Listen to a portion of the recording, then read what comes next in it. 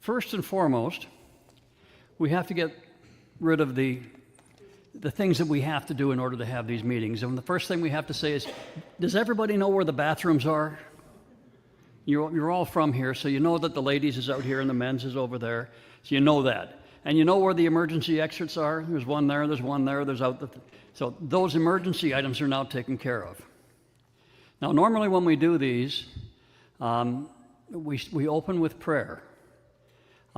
It's non-denominational, and if you happen to be an atheist or an agnostic, just bear with us and tolerate us and pretend you're a liberal and tolerate everything that goes on around you. So is anybody willing to stand and offer an opening prayer, or do you want me to do it? Somebody volunteer. Look at that. Nobody volunteered. I'll do it. Heavenly Father, we're grateful to be here. We're grateful to be here to listen, to learn, and to offer our opinions and questions as we deal with the issues facing us and those who will come behind us, our children, grandchildren, and great-grandchildren. We ask thy blessing on this company, that we might be cognizant of the things that are important, that we might be polite in discourse, and that we might be open and receptive to all things that are for the betterment of us, our families, and our country. We ask these blessings humbly in the name of Jesus Christ. Amen. Okay, there's going to be short speeches. There'll be 3 of them. Theoretically, go ahead, Lyle. Oh, okay. There's land out there and we're standing on it. Is that what I'm supposed to do? Was that right, Lyle? No, we all own our land. Oh, okay, well, I won't stand on your land. Anyway, the speeches will be short. Chris asked us to keep them to 10 minutes, and sometimes we manage to keep them to 15, 20, or 30 minutes. Your job is to listen to the speeches, try and get some information from them, to feed the questions that you'll ask us after the 3 speakers.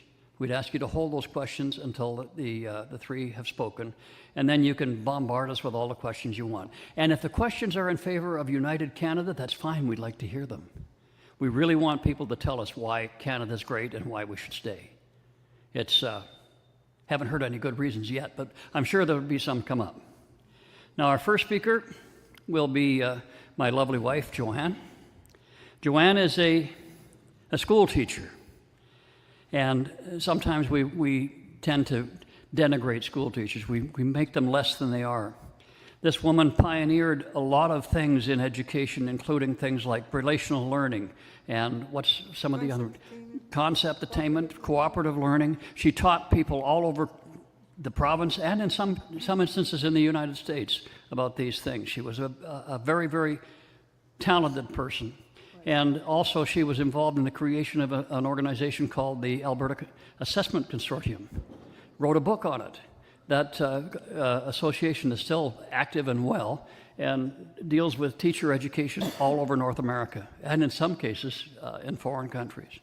The other thing this lady did that she doesn't really talk about is that when we were living in Mexico for a decade and a half or so, she actually started a school in Mazatlan that was an Alberta school with Alberta curriculum and Alberta teachers, so that when the Mexican kids who suffered from an education system which was one of the worst in the world, when they graduated, they had access to a Canadian Alberta graduation certificate, which gave them access to all sorts of universities. She's a very special lady. She makes good decisions throughout her entire life, with one exceptionally bad one, and that's the one standing beside her. So would you welcome my wife, Joanne?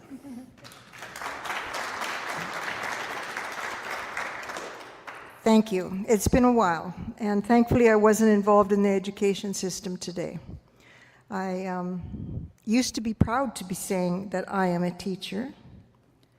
It's hard to say these days. But then it's hard for us all to say that we're for, or if you are, for an independent Alberta. So I think we've all walked a similar path. Today I'm going to speak to you a little bit about democracies, because we're supposed to be in Canada, the democracy. Yeah, some are already questioning. A democracy is supposed to be a government by the people. How many of you feel that our government is informed by us, the people? Yeah, it's tough, isn't it? People hold the power, and that power was given to them by God. Is that true of our democracy? Somehow we've turned it upside wrong instead of upside right. We, the people, are losing our power.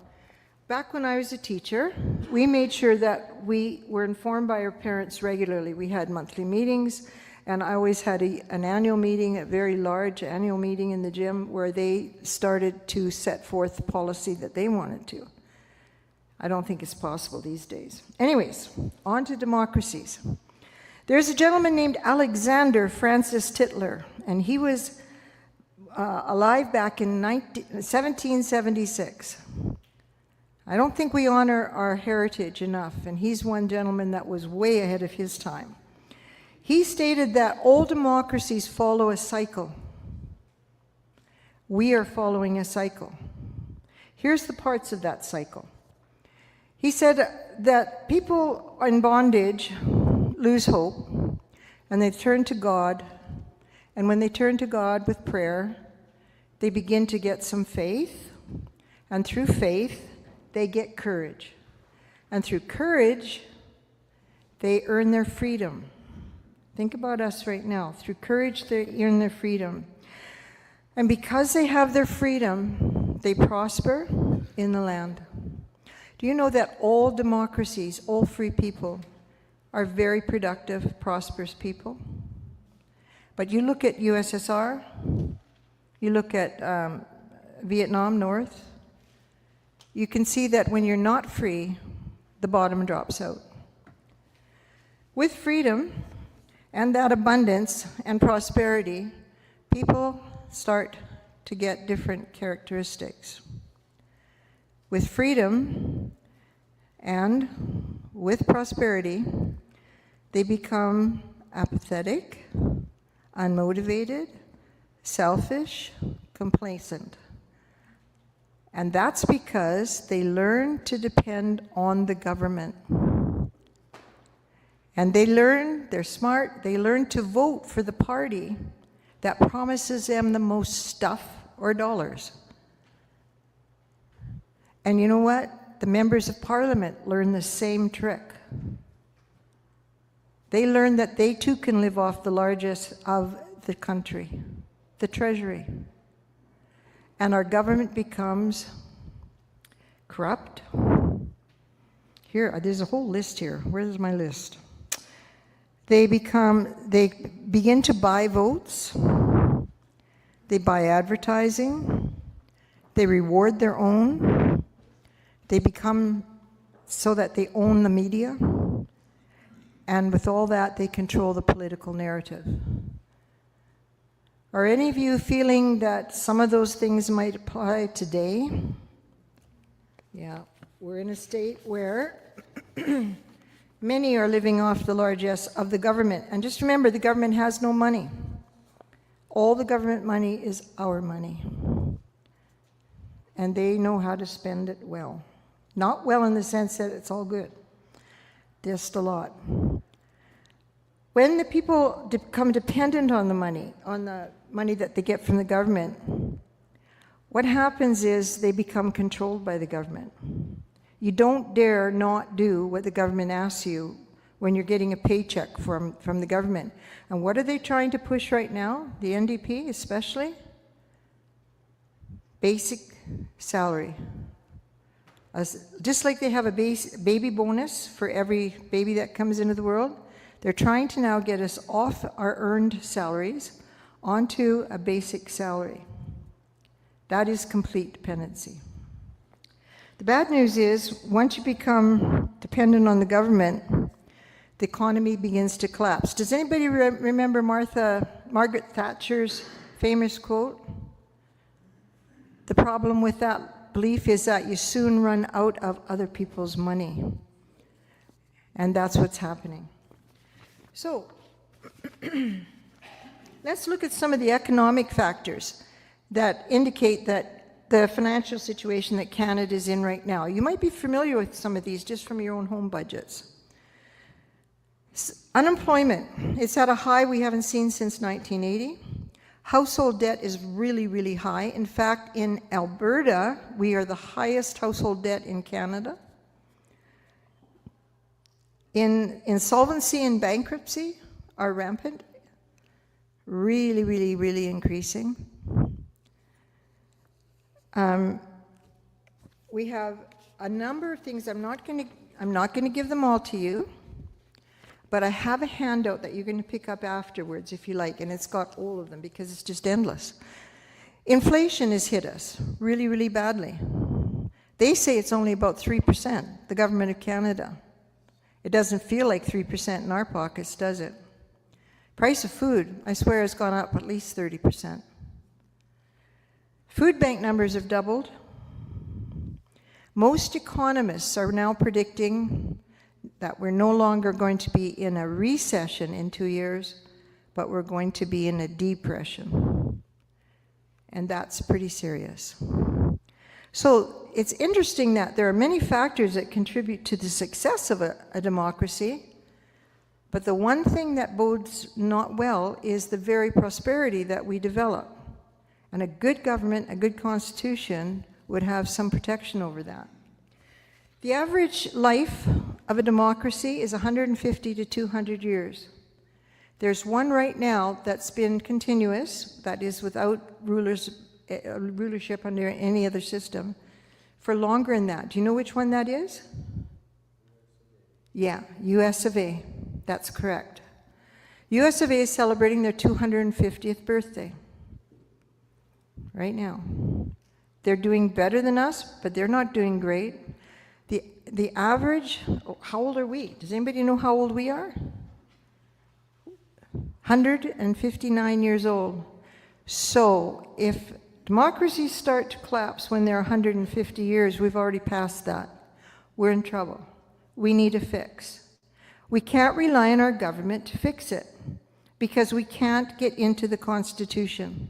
When you need 7 out of 10 provinces, you're never going to get that because one of those provinces, because of the other criteria, which is 50% of our Canadian population, has to be Quebec or Ontario. And they are never going to give away the power that they have because of the number of votes they have. So they've tried twice to open the Constitution.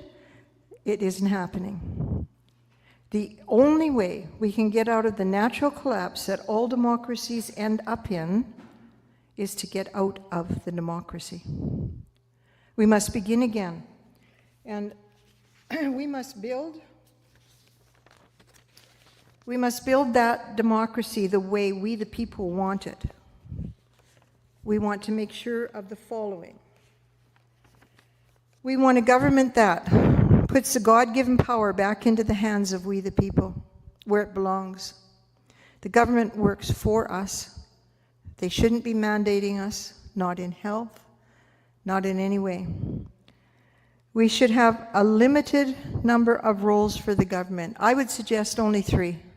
National defense, local safety and keeping the peace, and justice system.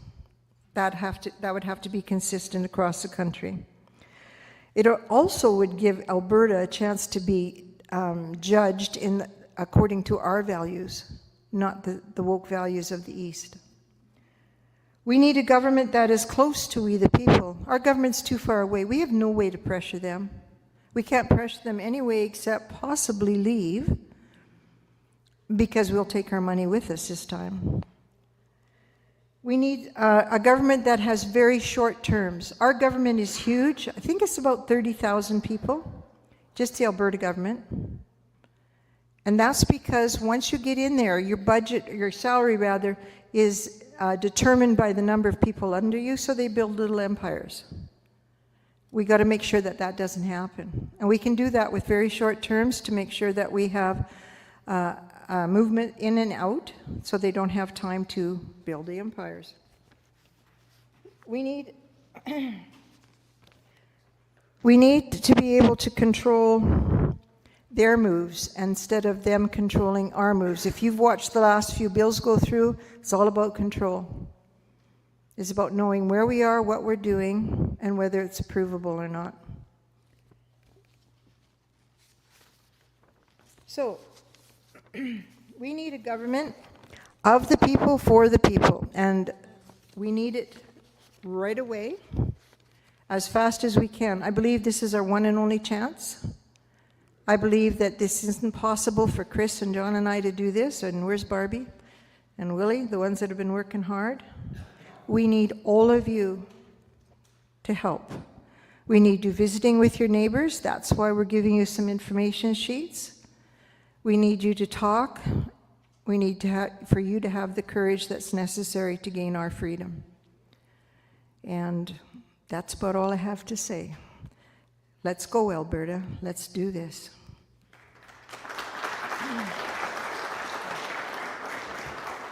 Oh, I almost forgot. I have to introduce I know, he's saying, what's going on here? I forgot him. 43 years and I forgot him. My husband is John Reil. He's a former military man. He's been in the Air Force and the Army in the reserves. He's a farmer. We farmed rather unique things. Didn't work so well, but we tried. He's a business owner, and he's the former leader of the Alberta First Party back in the 90s. Anybody here remember that party? You're not old enough, are you? Alberta First Party was a conservative party, and it actually proposed many of the policies that I think we need to get in here, which basically put the authority back in the hands of the people. With no more ado, my husband, John. Thank you so much for all those pretty lies. It's terrible following my wife because she is a researcher. She spends literally hours, hundreds of hours on the internet and in books and in this and in that, so that when she talks to people like you, the information she has is both full of facts and she knows a lot of stuff. And it's hard for me to follow her because I don't know anywhere near as much as she does. But what I will say is I know some stuff too. Here's some of the stuff I know. Danielle Smith said it would cost $400 billion in startup fees for Alberta to become independent. The stuff I know about that is what falls out of the back end of a northbound bull. That is not true. Most of the stuff that would be required for us to be independent, we already pay for. We pay for it because we have duplicate processes in many instances, and also we send $23 to $37 to $40 billion a year extra in taxes to Ottawa that we don't see any return for. We get no support from the federal government for those dollars. And I will say this, we're doing a really good job for the rest of the country. The maritime provinces, anywhere from 17 to 23% of their budgets come from equalization. Where does equalization come from? $5,000, I think, is the number I heard from each Albertan, is money we send to the federal government that we get back nothing for. So we're helping them out. And I use a little analogy on that. Let's say that you and your wife have a nice house and your kids are grown and they're gone, and you have a nice basement suite that you use for relatives and friends that come to visit, and your brother-in-law comes to you and says, I'm getting a divorce. My business has failed. My mortgage has been foreclosed. Can I please stay in your basement until I get back on my feet? Now, you're good people. You're going to say, well, of course you can. We'll help you get back on your feet. And it's now the year 2000, and your brother-in-law has been getting back on his feet since 1987 in your basement. And not only that, you get up in the morning, you want to have breakfast, you go to the fridge, you want to have bacon and eggs, and you're going to make your wife Eggs Benedict, which is something I do on occasion, to make my own sauce, the whole 9 yards. Open the fridge, and there's no bacon, there's no ham, there's no eggs. He had a midnight snack. What do you do with your brother-in-law? You kick him out. In my opinion, my humble opinion, the solution to the success of Canada is to get Alberta out of it. Quebec has hundreds of thousands of millions of cubic feet of natural gas under their ground. They also have shale oil coming out that would be coming out of their ears if they'd just drill for it. They don't, because they get between $13 and $15 billion a year every year from equalization, which comes out of your pockets. So as long as they're getting that money, as long as the brother-in-law has access to the fridge for his midnight snack, he's not going anywhere, and neither is Quebec, and neither is the Maritimes. If the Maritimes lost their equalization, a number of things would have to happen. They would actually have to govern with restraint. They'd actually have to balance their budgets. They'd have to develop their resources. The fisheries is healthy again. They can go and fish in Newfoundland and Nova Scotia and Prince Edward Island. There's still chairs up front, folks. I know it's close to me, but I can back up. So the best solution for Canada, anybody understand that? The best thing that could happen to Canada is for Alberta to leave. Carney's budget for this year promised something like a $32 billion deficit. Now, most of you people are either in business or you farm, which is a huge business with lots of overhead and lots of input costs. What does a deficit mean? It means I'm spending more money than I got coming in. He said we'd have a $32 billion deficit this year. So far, it looks like 42, and they're saying it could rise to 62 or $70 billion by the end of the year. Now, Joanne talked about the money we send to the government. Let's just say, let's have a hypothetical here. Let's say we're not going to send any more money to the federal government. I'm making $100 a week, and I'm going to keep it. So how does the government get money then if you refuse to send it? I'll tell you how they print it. So you got $100 a week. The government prints $100 a week. How much is your $100 worth? $50. You can't get away from it. The other thing that's going to happen when the deficit balloons to somewhere between $30 and $60 billion is they're going to look at Alberta and say, gee, you guys have a lot of money coming. Has anybody ever heard of a windfall tax? They get lots of money from us already, but they'll want more. The reason they want more is they have a AA credit rating, and that AA credit rating will disappear if the input from Alberta and Saskatchewan disappears, and the country, which is already in recession everywhere except in Alberta, would collapse into a magnificent depression almost instantaneously. They need us. And we have a premier that doesn't understand or isn't willing to exercise the leverage that she has. Now, that's just my opinion. That's the gospel according to John. And if you don't agree with me, I'd be happy to talk about it when we do our question and answer. Now, we want to be independent. We want our own country. I want it for a reason that many of you probably understand, appreciate, and share. I'm 78 years old. Even if we're successful with independence, I'm not going to see a whole lot of benefit from it. My wife and I will shuffle out this mortal coil long before the real benefits derive to the population. But my kids will see it. My grandkids will see it. My great-grandkids will see it.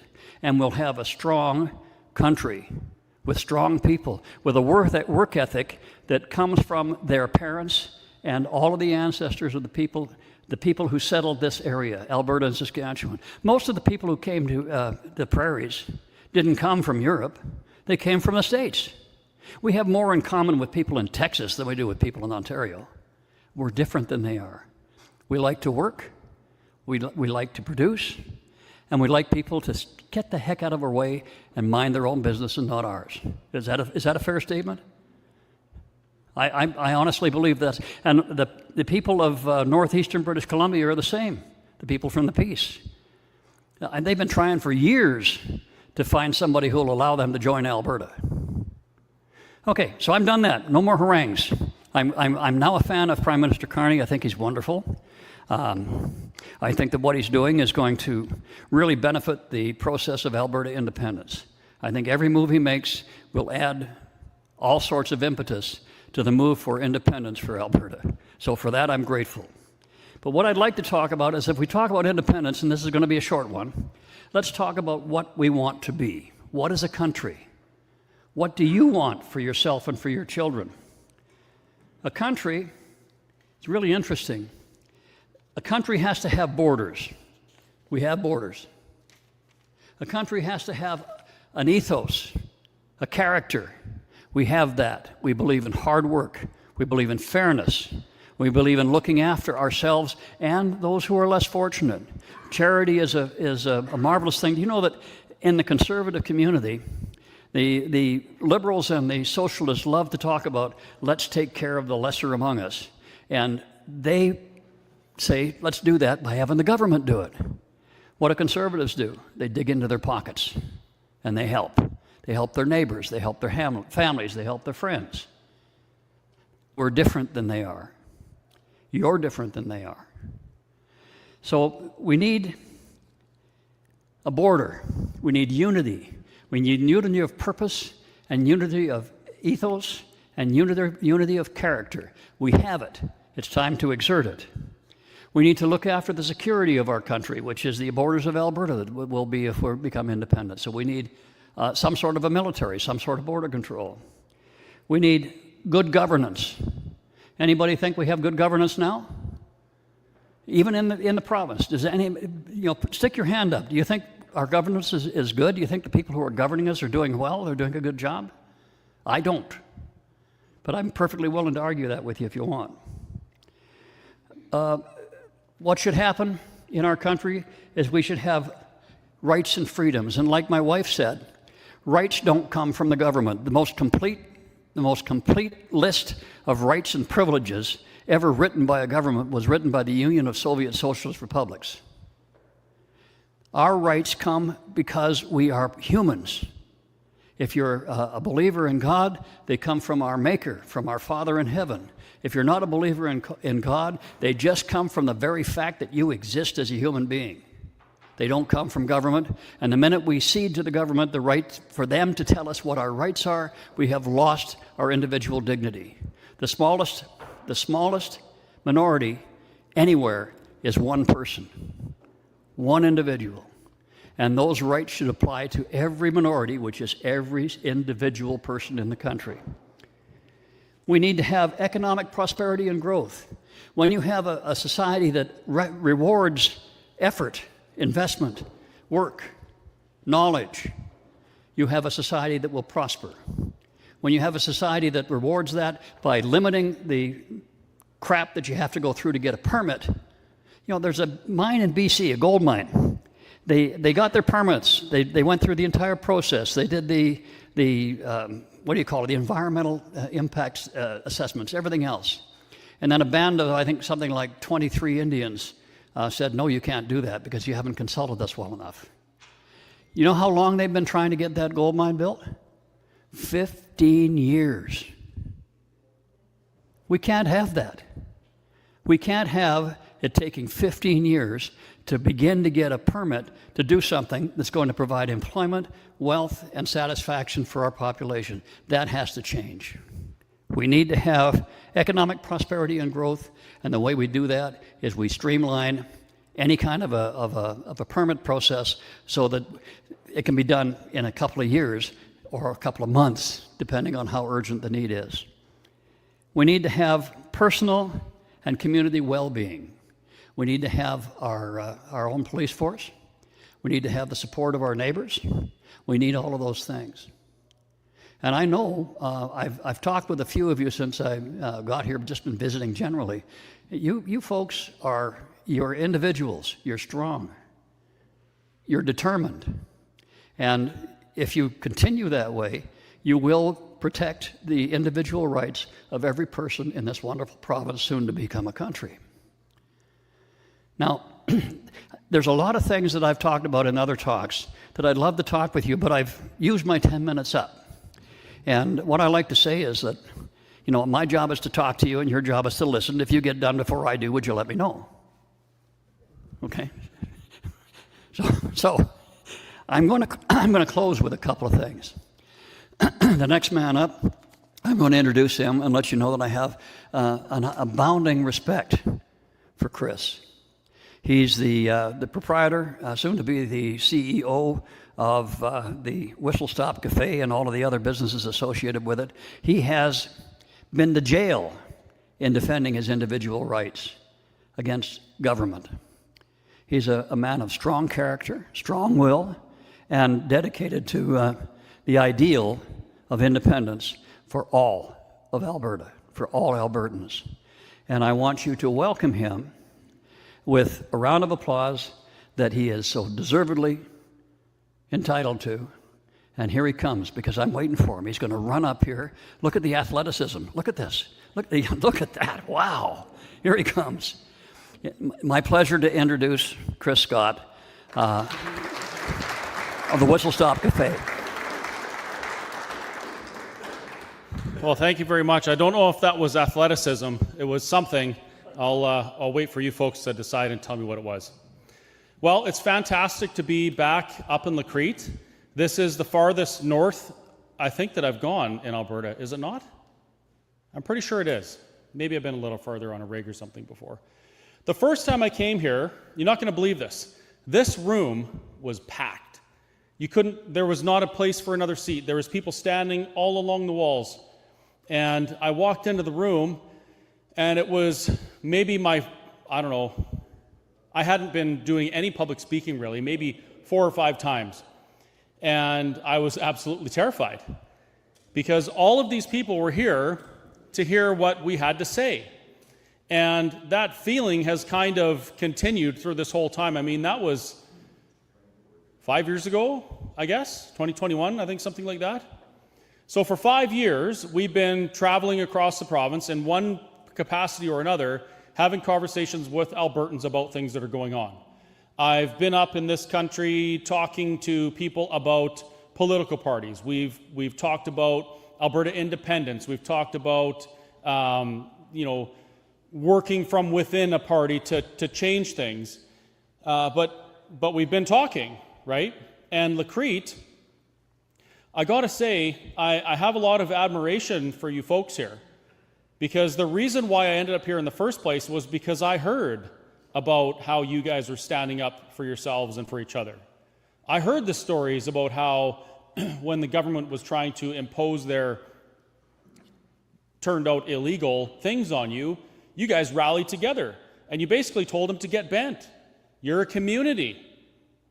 And as I came in today, I noticed the pictures on the wall of the Lacretian settlers, 1936. So this is the 90th anniversary of Crête. Is that correct? I think someone said that today? 1936 to 2026? Something like that?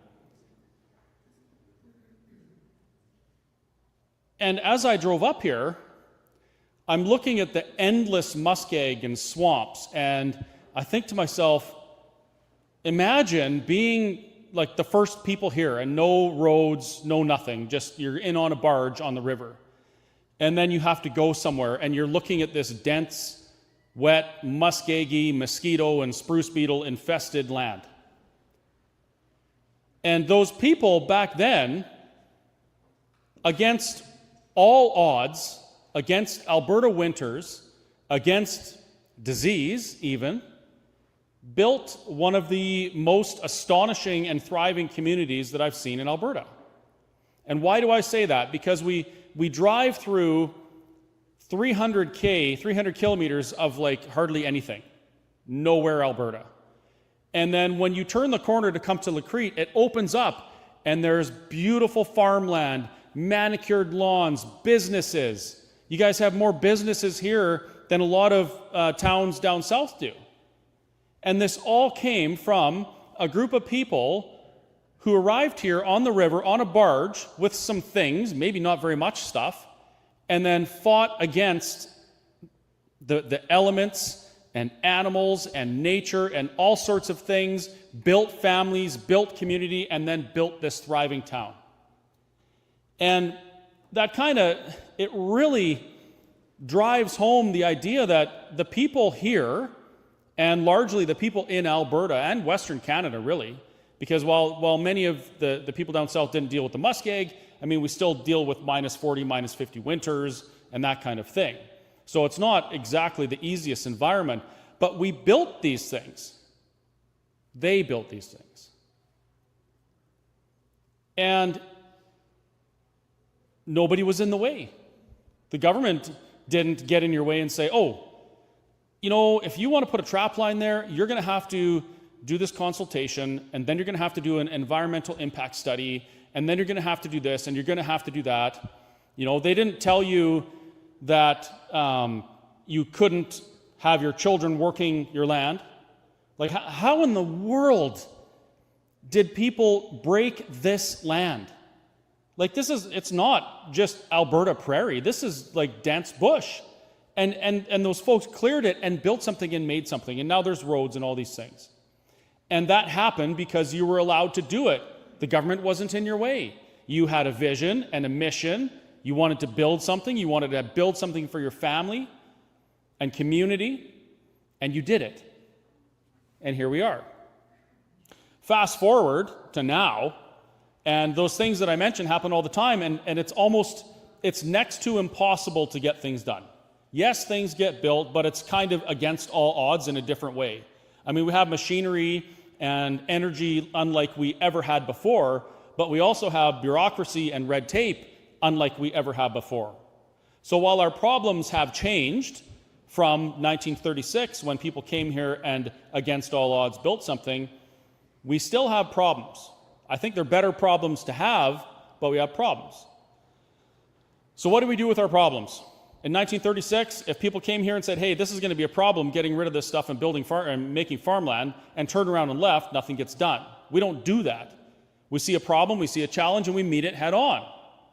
And now, especially, we're witnessing not just government overreach, and you folks felt that during the COVID era, correct?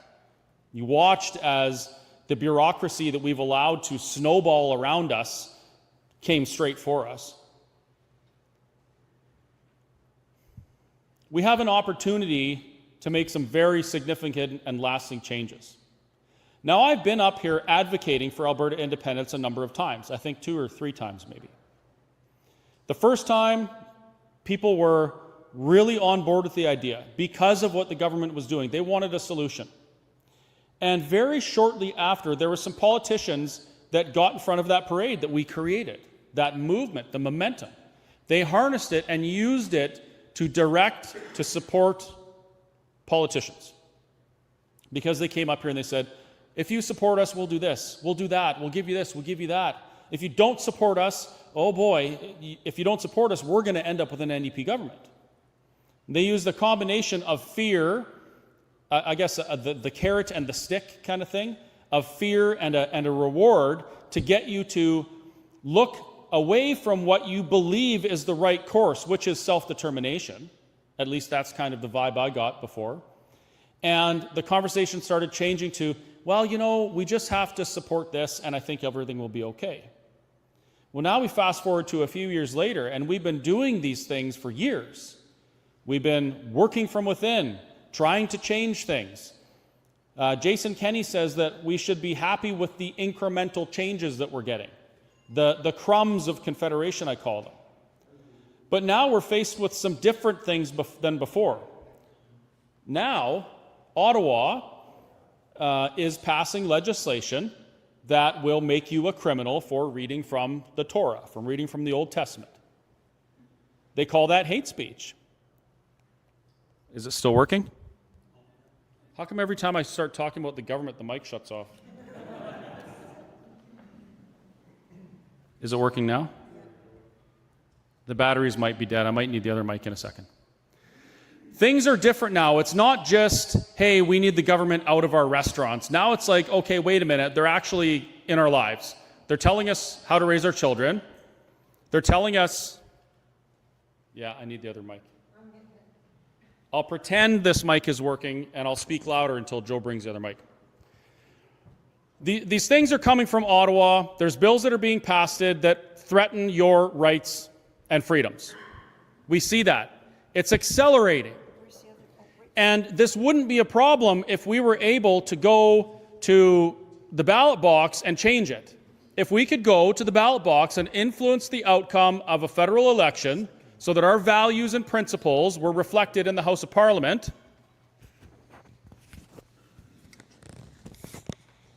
Is it working? Now it's working. Then that's what I would be advocating for. if I believed that we could change things from within and force a government to abandon the principles that are not conservative, that we don't like, I would not be up here speaking to you. But what I've witnessed in the last few years is nothing short of the people of Alberta being manipulated by everybody, not just by the federal government, not just by political parties we don't like, but all of them. They've convinced us that because of fear, we need to fear something, and we have to pay attention to that fear and then sacrifice our values and principles because it's a little less bad over there. Well, I'm done with that. I'm finished with that. I've started telling people, if you have the courage for change, if you are courageous enough to make the changes, to do the things that need to happen so that your values and your principles are reflected in your governance, you will get that reward. If you don't have the courage to change things, you don't deserve it. And that's kind of how democracy works. The idea of self-determination, the idea of Alberta sovereignty, is that Albertans have come to a point where they're grown up enough, they're able to do things on their own, they should self-determine. Much like when we grow up and we're in our parents' house and we become an adult, we're earning our own money, paying our own bills, it's time for us to go and self-determine. It's not a negative thing. It's not a breakup. It's a natural progression of life. And that's why, historically, countries don't generally get bigger. They get smaller. Because as societies grow, they have their own ideas on what their governance should look like, and they want to self-govern. And maybe they don't agree with the other guys over there. Maybe they can agree to each govern themselves and still maintain their friendships and agree to disagree on the other things. But in our situation, unfortunately, we're in a position where people that live 4,000 kilometers away make policy and legislation, and they impose it on us, and they never feel the consequence for it. And I have a problem with that. So I advocate for Alberta sovereignty. I say my personal opinion is that Alberta independence is necessary and inevitable. And then we invite you folks to come and hear our opinions. We invite you to share yours, challenge us on what we say, tell us where you think we're wrong, share your concerns, and then we'll have a conversation about it. These conversations are critical right now. They are absolutely paramount because in October, whether you want it or not, you are going to get the privilege and the blessing and the opportunity that other people have died for. You're going to get to answer a question on the self-determination of Alberta. Do you want to continue with the status quo, or do you want to pursue self-determination? And I'll tell you right now, throughout history, it's very rare that people are handed that opportunity. It's very rare that people go to a ballot box in private and they look at a piece of paper and make a choice that will influence the outcome of their future and their children's future for generations to come. Normally, and I say, except for the last 30, 40 years, normally it was a war or a revolution or a rebellion in which people had to watch their sons and daughters go out the door to fight for freedom and never come back. And then, after enough blood had soaked the ground, the people got the question of self-determination put to them. We get it handed to us on a silver platter. And the only thing we have to do is give up a little bit of our time. That, to me, is a huge deal. And it carries a lot of responsibility. It carries a moral obligation for us to have these conversations with each other, debate these ideas in a public forum, so that when we make our choice, when we use our voices and we manifest the will of Albertans on the question of sovereignty, we know the facts. We understand what it means. We've weighed the costs and the benefit. We've set aside our emotions, and instead we're focusing on the logical conclusion of what our kids' lives are going to look like in 10 or 20 years, depending on what choice we make. I think John's hovering because I'm going way over my time, but I get really fired up about this now, just thinking about what we've been offered. And even more so, we're going to play a little game here, a little role playing. I want you to pretend that you are you 30 years ago. And think about who you were back then and what you knew. And ask yourself, if somebody told you, hey, in 30 years, the government is going to declare that your Bible is hate speech, and you may be fined or imprisoned for reading from it. If you're an evangelical Christian, you may be fined or imprisoned for offending somebody with the gospel of Jesus Christ.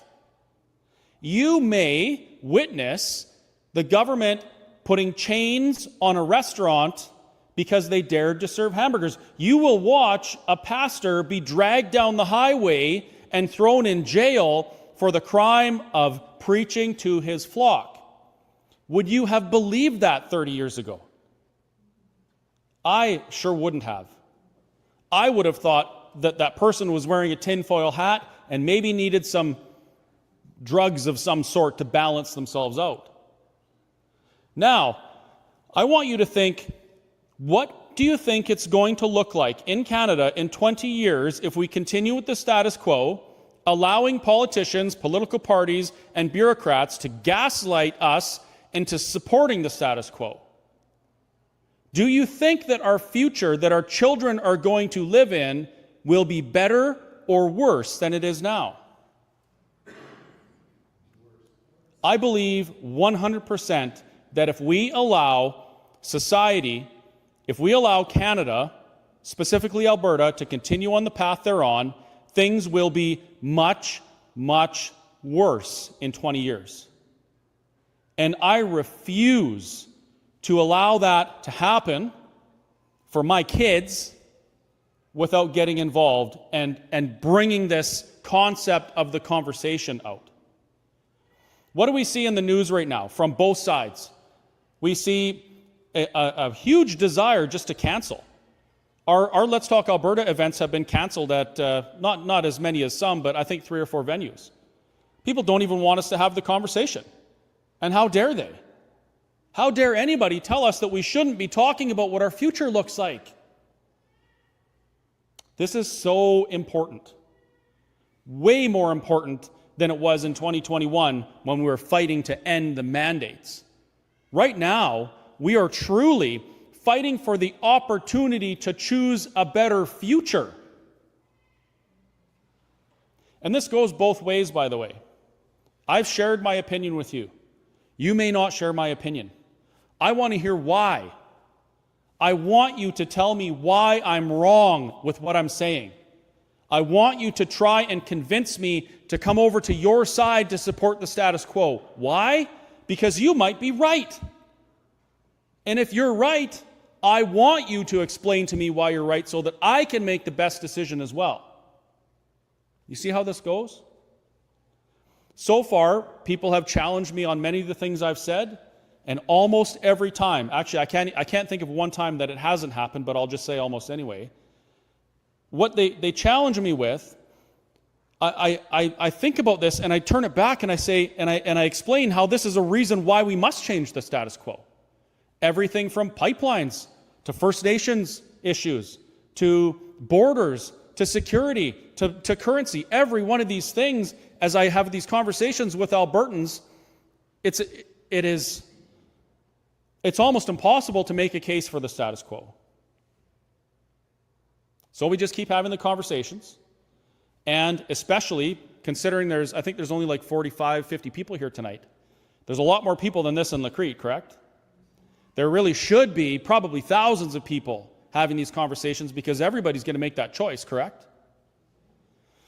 That means that every person that's involved in these conversations, you need to become ambassadors for the conversation. You need to become disciples of conversation and go out into the world and have the conversations where people are at, everywhere. We got to break these shackles, this idea that talking about religion and politics is impolite.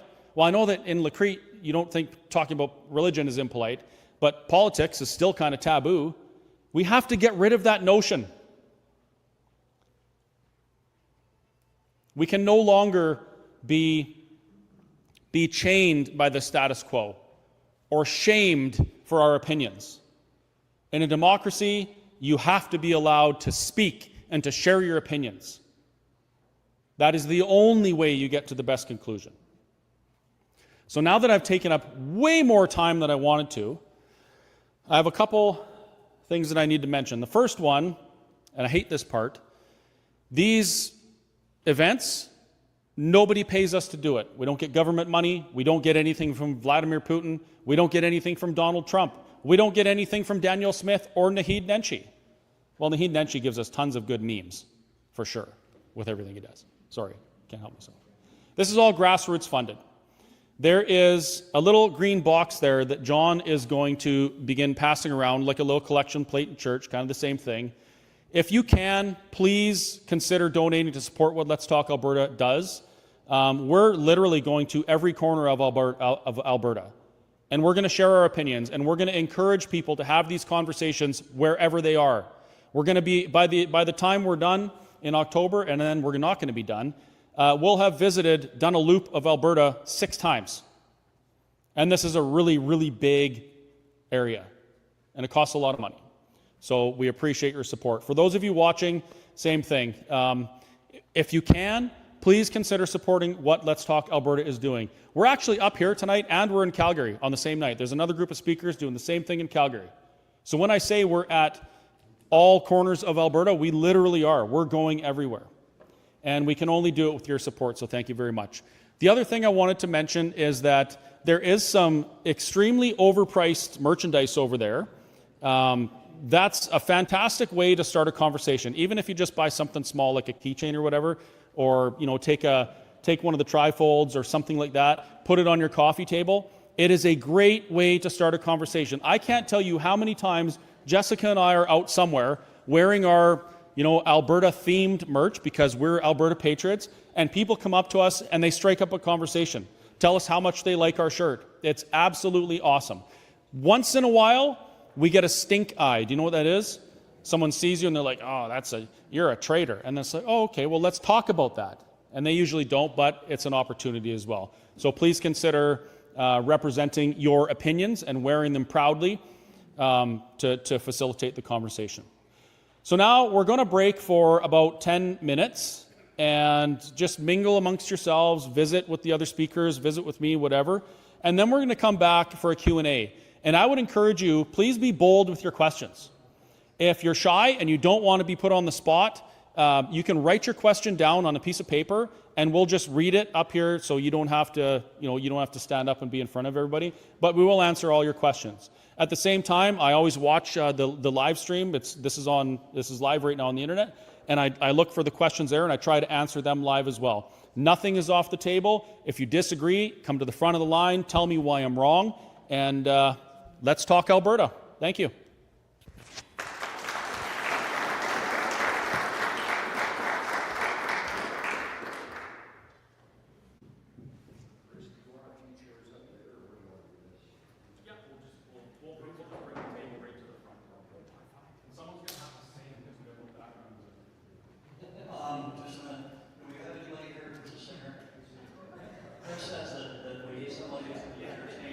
During the 10-minute break, this is a key break to get to the water.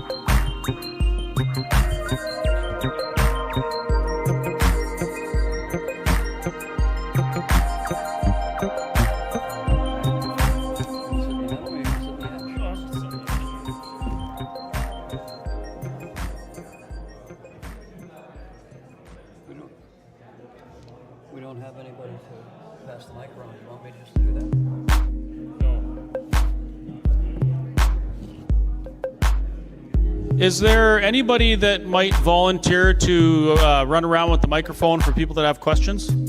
Anyone with some in mind? Awesome. Thank you very much.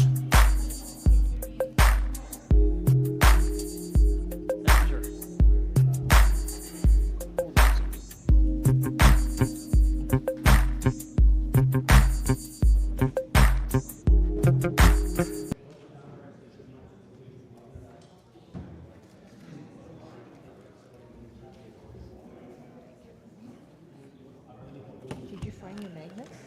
I grabbed another one. That's crazy.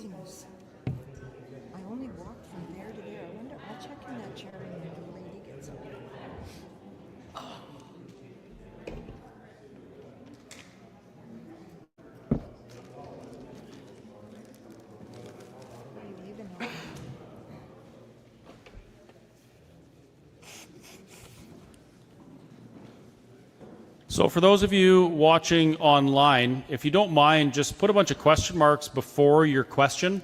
That way, as I'm scrolling through, I can answer your question, or identify and then answer your questions. And yes, D. Robert 5051 is correct. I did teach John Travolta all of those moves. What a dancer. Yeah.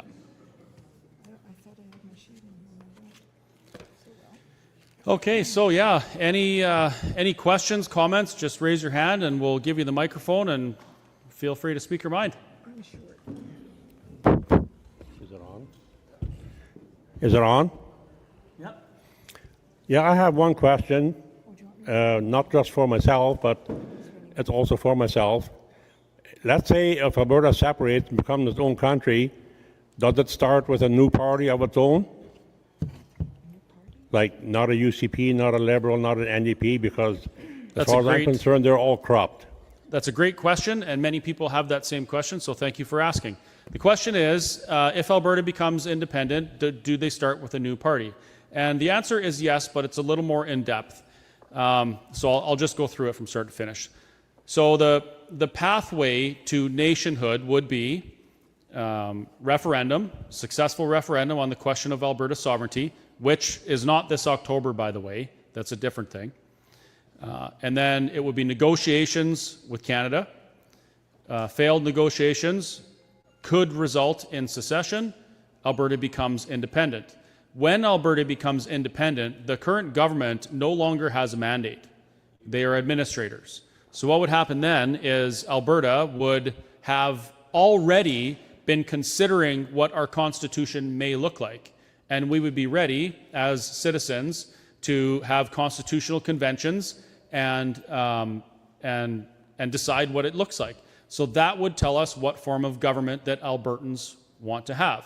In my opinion, I think we should be a constitutional republic, but other people may disagree with me. So once we have the Constitution ratified and those things are enshrined in it, then we would hold a general election according to what the Constitution outlines. And during that time, people would, step into the ring, form political parties, those types of things.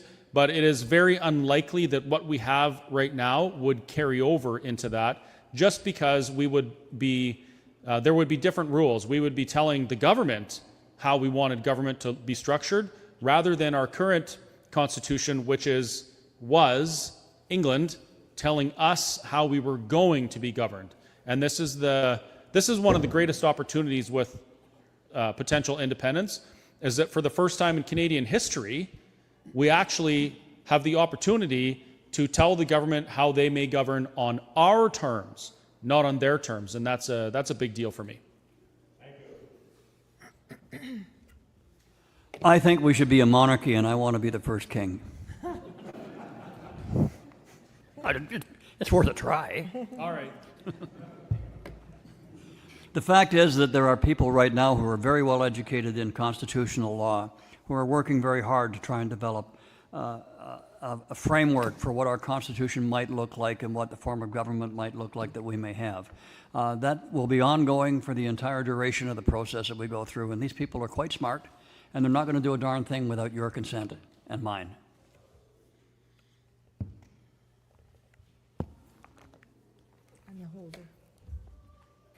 Any other questions?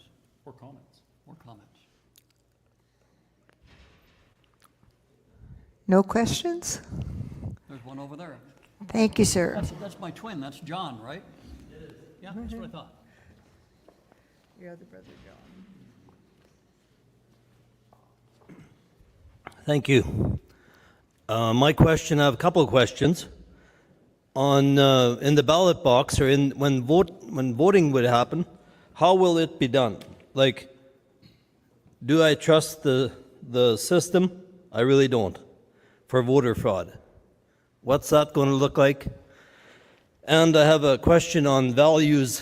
What values would we be looking at as Albertans, or as an independent Alberta, on the murder of our children, on this maid called whatever they call maid, all of this that I totally see as flat-out murder-suicide, and the abortion or the killing of our babies, what values are we looking at, is the question. Let me answer your first question first. So just refresh my memory. The first part? Just on the voting of... The voting and do we trust the system? Would that be paper counted? Would that be electronic? Okay. Yeah, so the question was, how would the ballot be handled and do we trust the system? Number one, no, I do not trust the system. And actually, it's not the system, it's the people that will abuse it because they want to tyrannize us. That's who I don't trust. There's only one way to fix that, and not even fix it, but there's one way to mitigate the risks of voter fraud and corruption, and that is for good people to participate. When good men and women do nothing, evil prevails. When you do something, evil will not prevail. So if you're concerned about the scrutineering or the counting, do it yourself and encourage your friends, neighbors that you trust to do it as well. In Alberta, we have policy that disallows voting machines. Everything is paper ballots, hand counted. So that's a plus. Only if you participate. Now the second question, what values? That's a tough one. I can't tell you exactly what values would be enshrined in the Alberta Constitution because I don't have a crystal ball.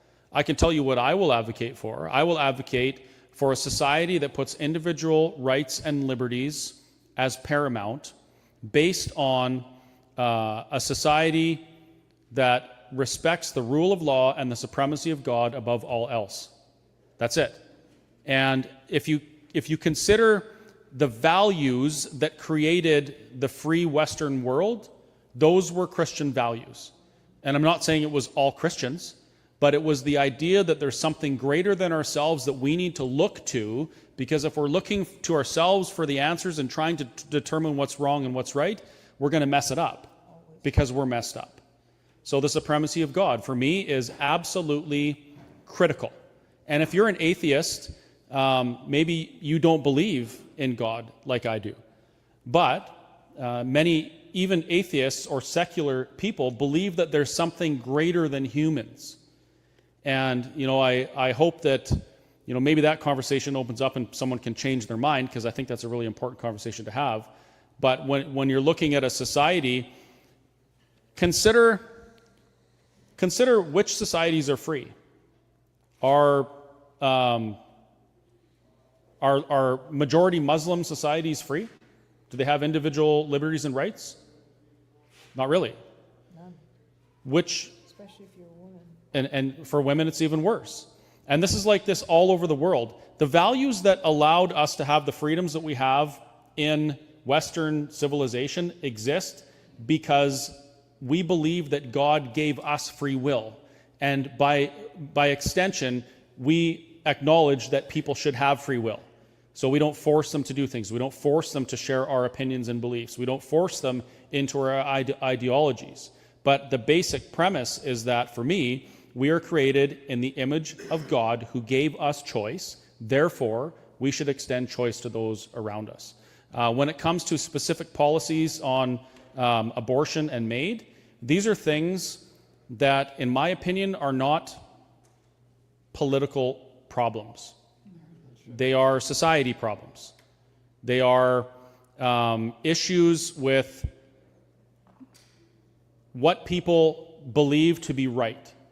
And unfortunately, we live in a world where our politicians, they don't get up on a stage like this and say, this is what's right and I'm going to stand for it. Will you follow me? They get up on a stage and they look around, or they do a poll and they decide, what do most people believe is right? I'm going to say that so that they will elect me. So that's why I say it's not a political problem. Politicians aren't going to change those things. What's going to change specific things like that is people having conversations with each other and doing what we're supposed to do, which is go out into the world and share the good news, right? Short of that, our world is actually destined not to get better. We're told that it's actually going to get quite a bit worse. That doesn't mean that we shouldn't try to do things.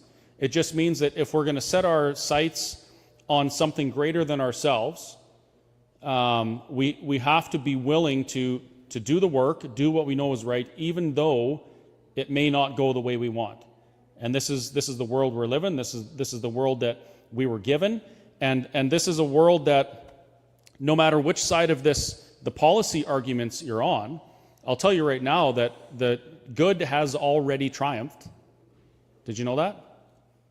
We're living out the epilogue of a story, and 2,000 years ago, good prevailed and evil lost. Period. Christ conquered death. We know the ending. And we know the ending. So our path and our obligations are to talk about these things, not necessarily expecting a specific outcome, but knowing that we already have the outcome and trying to share that with as many people as we can. You know, I'm certainly not going to go into a religious tirade because you probably wouldn't appreciate what I have to say, but I do know this. It is a fact that all people are born with the light of Christ in them that can be dimmed by the world. Our job is to make sure that that light shines in everybody in which we come in contact. And the way we do it is we do the right thing. We lead by example. In this instance, we talk about what our lives should be, and what our opinions should be, and what our morals should be, and what our ethics should be. We talk about those things gently in such a way as to, and that will influence people, even if they tell you you're full of hops while they're listening to you. Eventually, the message sinks in. So, as far as what we're going to look like as a country, I would hope that we're a moral country. We're a country that protects the individual rights of every person, regardless of their age or their condition. Right now they're talking about MAID for people who can't make the decision for themselves. That's another M word, but it isn't medical assistance in dying. It's murder. When you off somebody that doesn't understand what's going on, that's not medical care. That's murder. And I would hope that the society that we develop when we become free and independent would recognize that fact and make sure it doesn't happen. I'm good.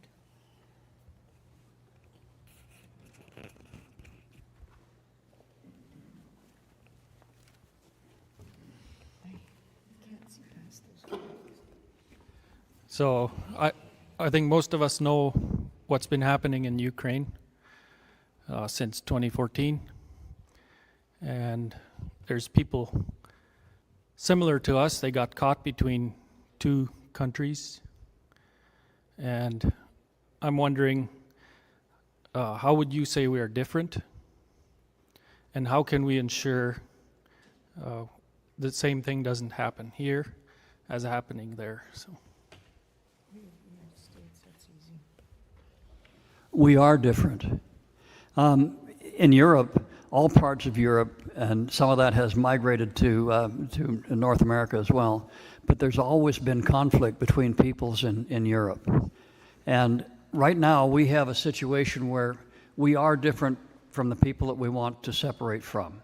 Our character is different, our ethos is different, our work habits are different, and the one thing that we share in common, and that's demonstrated over the past 150 odd years, is that we're polite. We're not going to have civil war in Canada. It's not going to happen. There may be some nut bars that cause problems, but we're not going to engage in battling with our brothers from Ontario or Quebec. It just won't happen.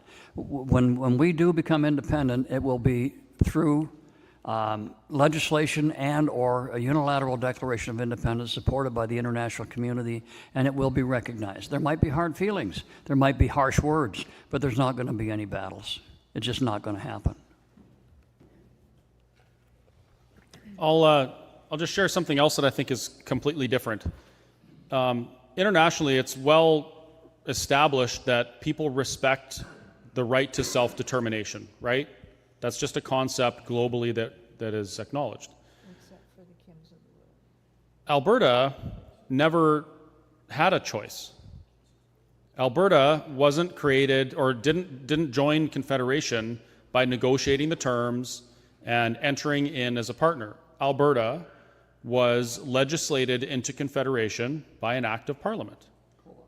much like Canada was legislated into existence by an act of British Parliament.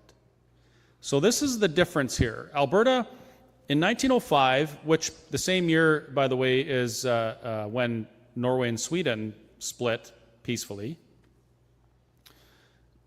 we were busy toiling on the land, working hard, building things. We didn't really have much time for bureaucracy and politics. That's just the way it was.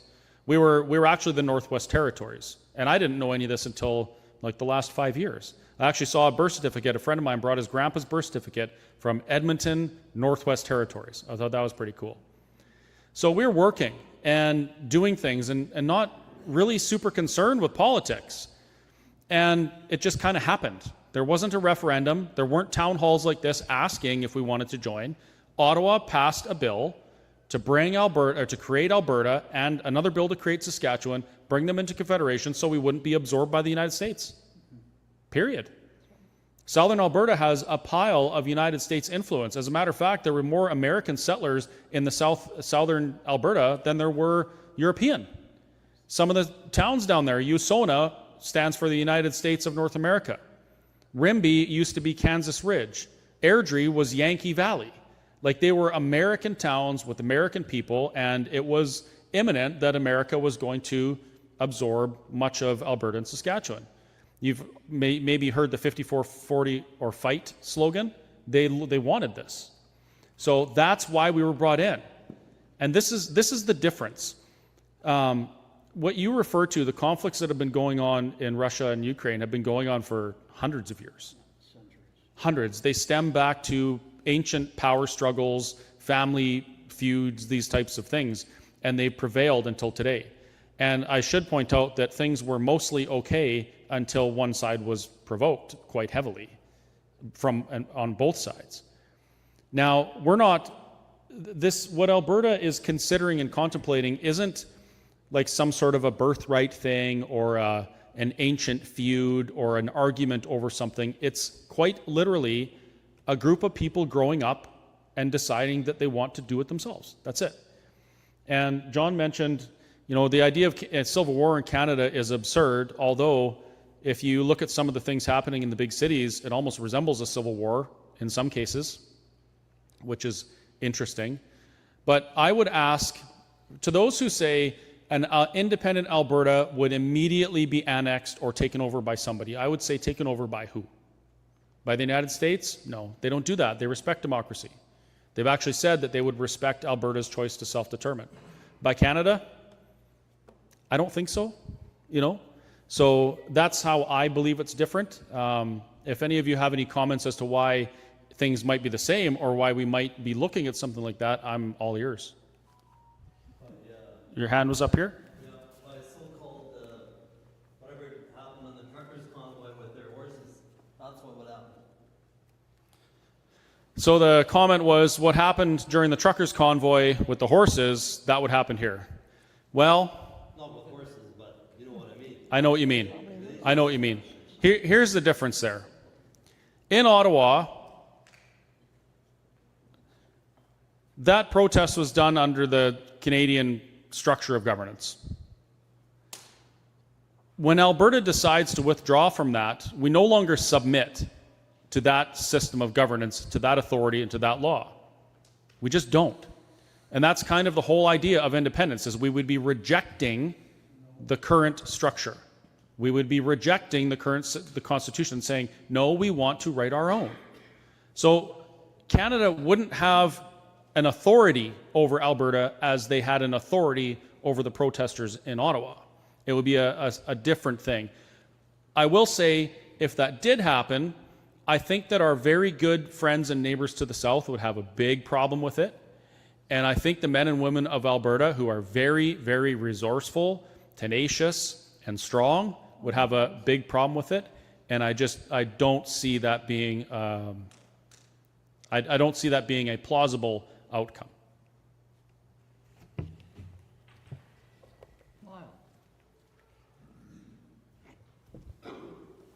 Do you view this as a good or a bad thing with all the fear campaign and intimidation and name calling and sometimes violence from the people that are more interested in staying within Canada? Do you see that as a good or a bad thing for our movement? That's kind of an interesting question. It could be good because it makes us join together in common purpose. But I find much. The other day, I stopped at a co-op gas station, and the young fellow who managed the gas station was vehement in telling me that this independent stuff was horse hockey. I mean, he used different words than that. And he said, "You're just doing it for your own personal benefit." And I looked at him and I said, "You know, I'm just about 80 years old. What personal benefit do you think I'm going to get out of this?" I said, "You're speaking to me in very, very harsh terms. Why don't you talk to me about your reasons for wanting to stay in Canada?" "Well, I'm a Canadian." And I said, "Good for you, so am I. I want to leave." End of the conversation.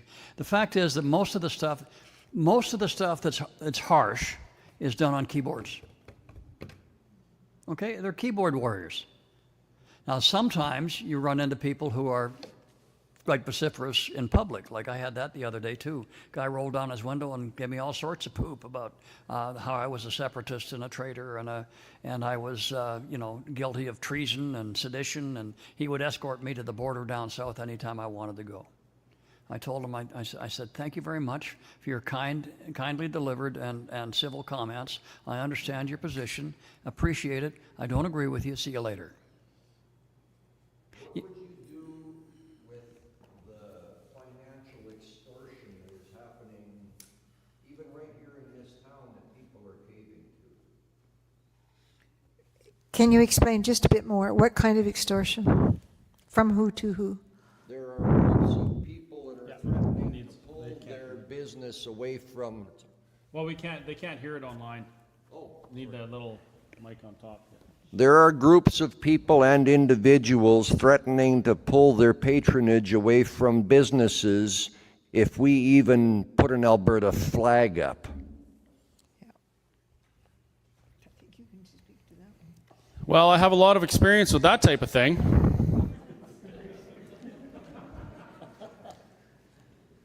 Whatever, bro, is what I would say. You know, there comes a point in time where we got to draw our line in the sand. And I learned very quickly, I was surprised, by the way, that not everybody agrees with me. That was a revelation. But I also realized very quickly that that doesn't matter. What matters to me is that when I stand for something, when I speak my mind or share my opinion, I am sharing what I truly believe to be right, to what I know is right.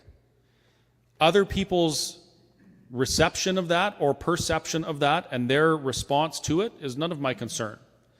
I do understand that as a business owner, it is uncomfortable to have people say they're going to boycott your business because you're sharing your opinion.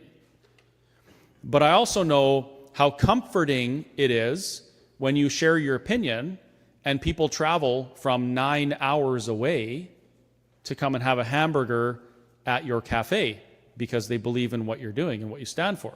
So it's a two-way street. You know, we find our tribe, and those that want to not support because we don't share their same opinion, it's just that's par for the course. It's the way it goes. And it sucks, but it happens. But there is the other thing. At the end of the day, economics generally wins. Like I have people, I did some cool fuel promotions at the Whistlestop Cafe. I lowered my price to what I estimated it could be in independent Alberta, just so people could feel what it's like to get fuel and not pay all these federal taxes. And we had lineups. I had to order fuel twice that day.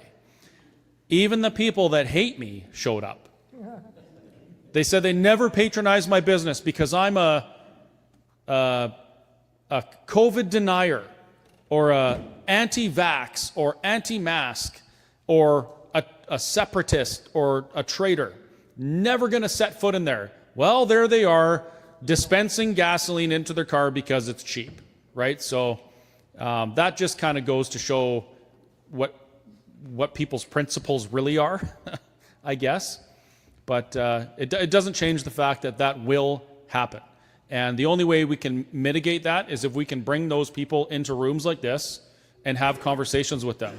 Because I'll tell you right now, all of those people that do those emotionally driven things and lash out at those of us who share our opinions on Alberta independence, they are not our enemies. They're not. That person with the dispenser in their car that hated me was not my opposition. That person was an ally that I have yet to convince. And that's how we have to start looking at these things, especially in these situations. I haven't been in business in that way. My husband has. I was busy doing other things. But, you know, I've never regretted choosing the right. Not ever. It might be painful in the short term. It might be difficult to handle and makes you sad. But for those of you who chose the right during COVID, the long term looks pretty good. We're still here. We're mostly healthy. We have our immune system intact.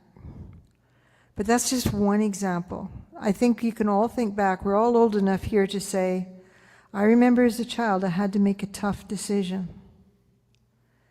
And I remember pondering about it. This one had to do with my brother. I had to think on him. And I didn't want to do that, but he was doing stuff that wasn't right. And I felt it would hurt him more in the long run. And I had to tell Mom and Dad what he did. And I still have a hard time living with the fact that I did that. But it was the best thing for him. Choose the right. Heavenly Father made his rules. He got it done in 10 glorious commandments. If we don't have our principles and live by them, I'm here to tell you, just because I taught for almost 40 years, most kids now don't even know the Lord's principles. If we don't hold to our principles, they have no contact with them.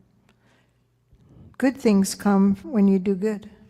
Bad things come when you do bad. Do the right. Eat it. It's going to be painful, but it'll all work out. Much better than choosing the wrong. So that's my opinion.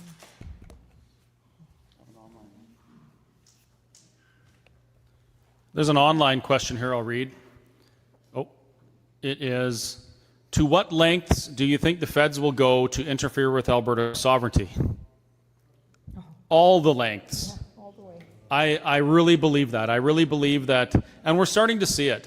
We see, politicians saying things and doing things that we know aren't correct. I watched as Pierre Poilievre told Albertans that the Canada Pension Plan was better for them. I know that's not the case. I watched as he said that he would never. I watched as he said he would fight for Alberta, and then in the next breath say, "Well, but I'm never touching equalization." You know, the stay side is getting a lot of support and funding and manpower from the status quo. And if you watch the news, we have a situation where somebody was literally advertising for an outcome on the referendum, which requires you to be a third-party advertiser. We are not, by the way. We don't specifically advertise for outcomes. We advertise to bring people here so we can share our opinions and you share yours with us, which is a charter-protected right. But they were specifically advocating for an outcome, saying, we need to do this, you need to do this, putting out signs and advertising for an outcome. And they hadn't registered.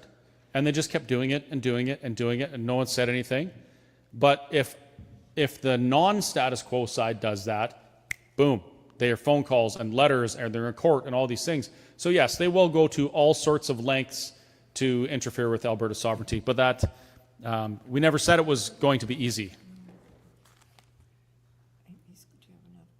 Yeah, I've got a couple more online questions here. Can I just give a quick response to that one?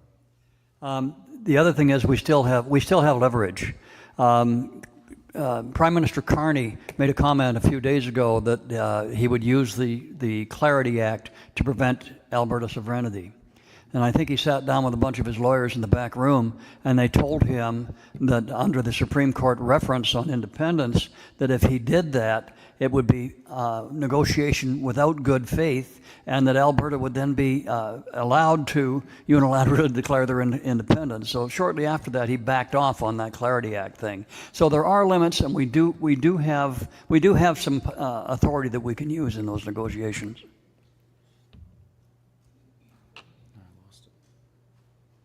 If anyone else has any questions or comments, even, you're free to share them.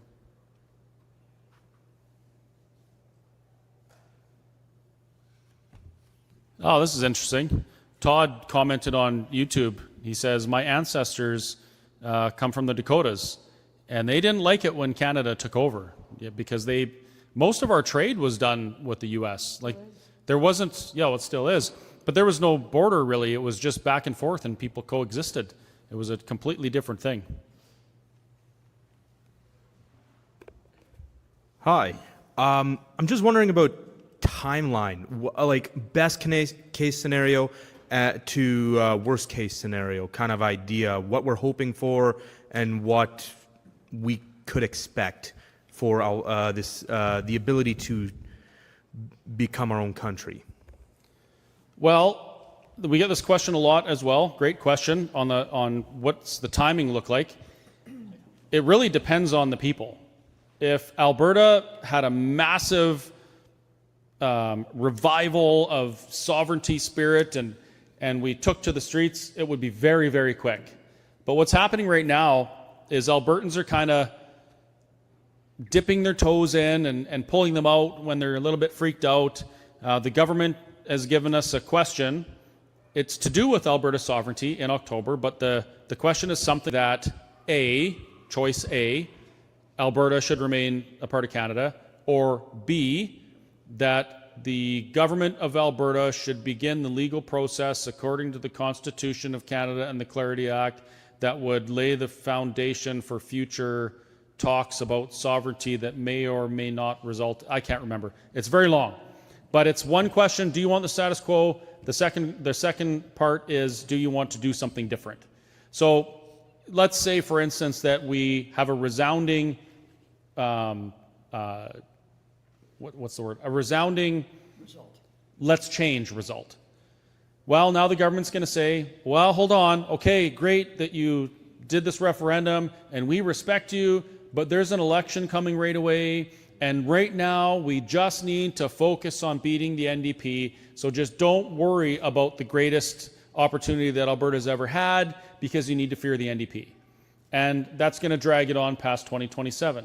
Then in 2027, it'll be, we got to get established. We need to pass these things first. We just need to beat the NDP, and then we'll talk about this. So I have very, very little hope that under the current administration, Alberta's sovereignty will be pursued either within or external to Canada.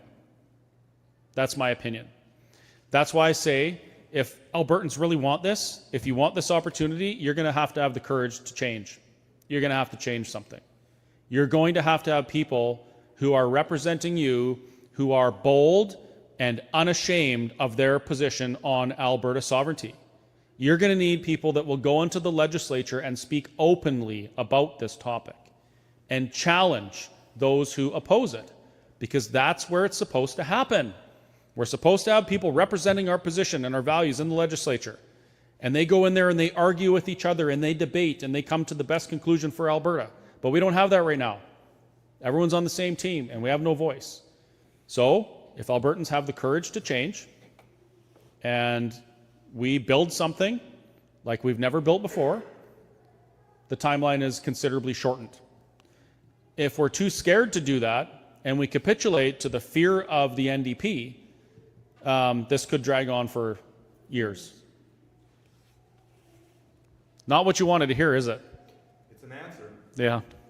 That's the best one I got. And I could be wrong. Again, if you folks disagree with me, I really want to hear your opinions as to why I'm wrong on these things, because I don't want to stay wrong if I'm wrong. So it's kind of your job to keep me on the right track if you think I'm off it.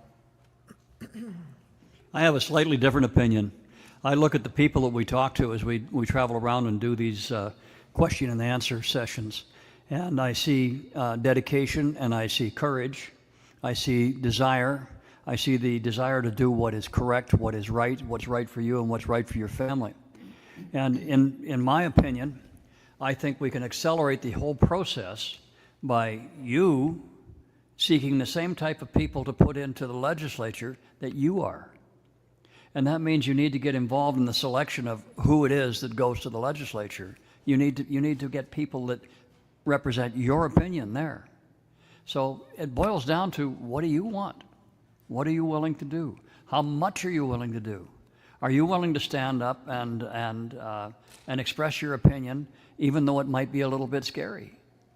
If you do that, then the timeline can be shortened. It's as simple as that. If you don't do that, if you just stick your toe in the water and say, that's cold, it may take a while. But if you stick your foot in the water and say, it's cold. When I was a kid, I worked at the Columbia ice fields. We swam in the glacier pools. It was cold, but man, it was fun. If you do that, it was really scary to jump in that water. It was like just barely above freezing. If you do that, then it will be a shorter time. How short, who knows, but it could be a lot shorter.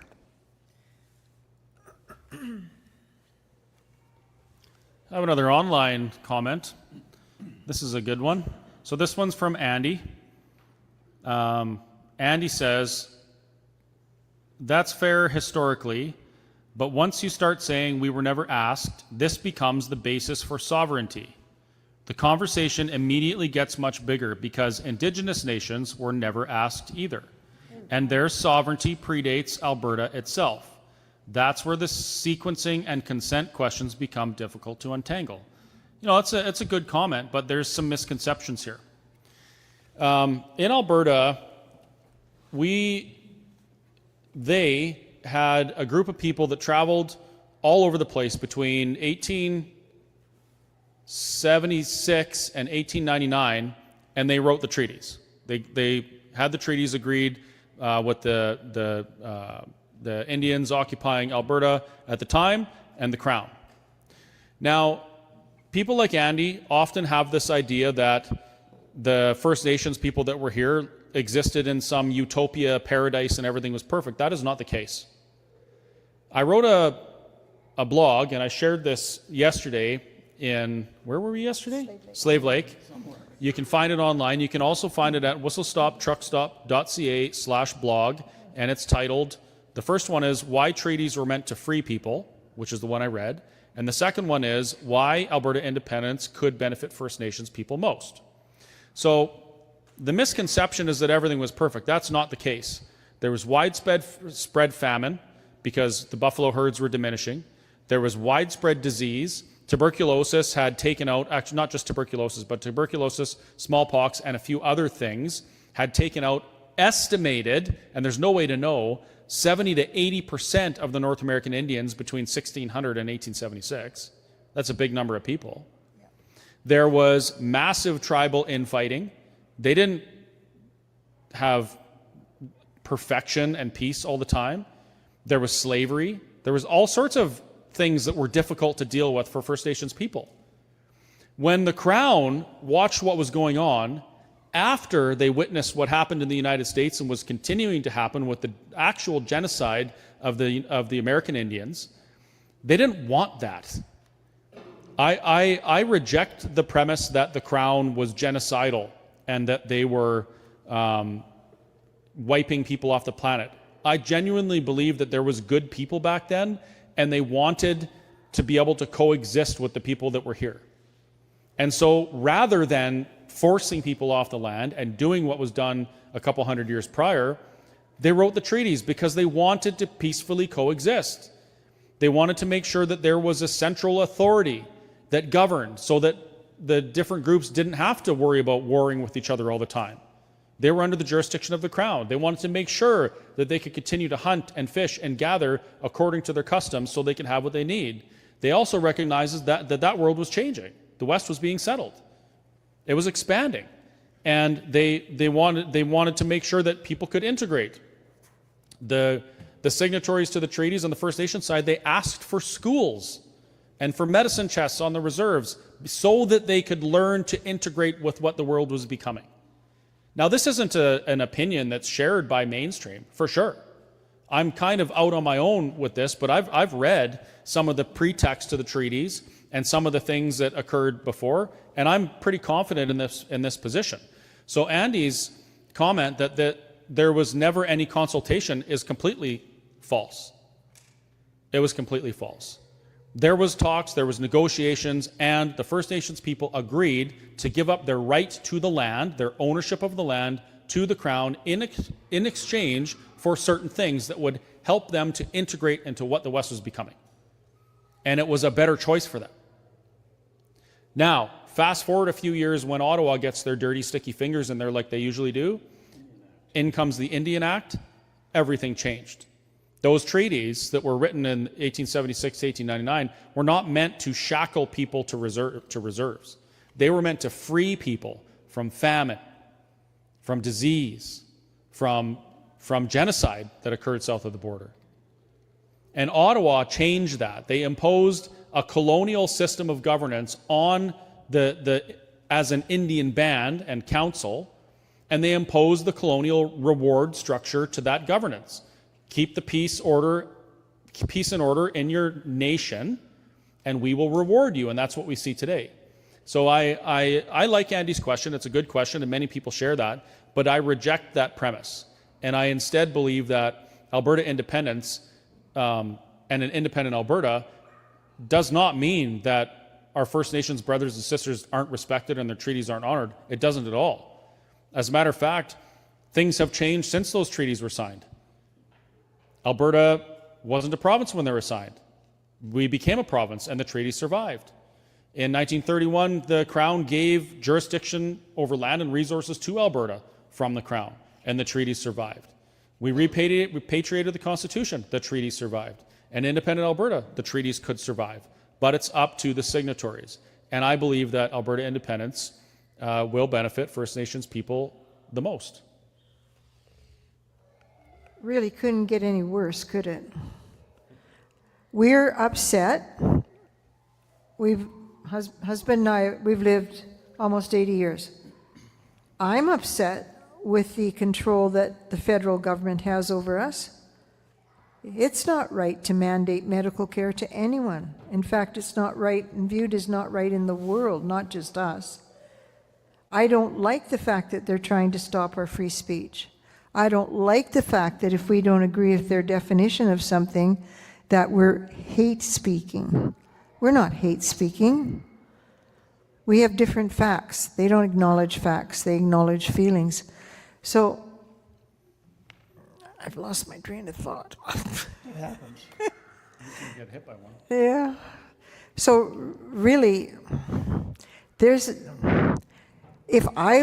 I can't imagine being under the type of governance that they've had for the last 120 years. Can't imagine it. I'm already frustrated with this. I have no idea why they would vote to keep the same old, same old.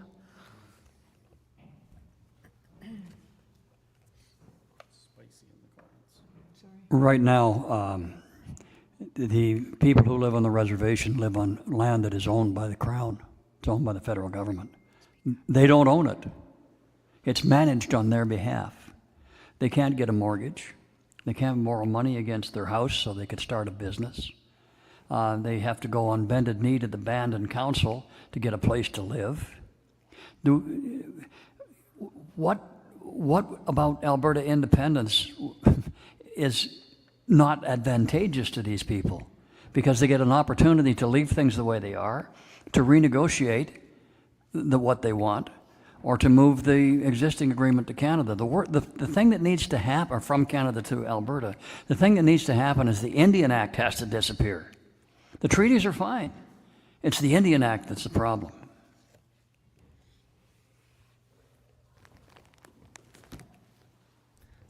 I have a question on that. Have you heard their side to exactly that? Like what is their benefit for staying in Canada? Like, Well, they're told by their administrators that they own the land, and they believe that. But that's not it. The fact is that what we're hearing about who owns the land and who has the rights to the land is coming from the chiefs and the councils.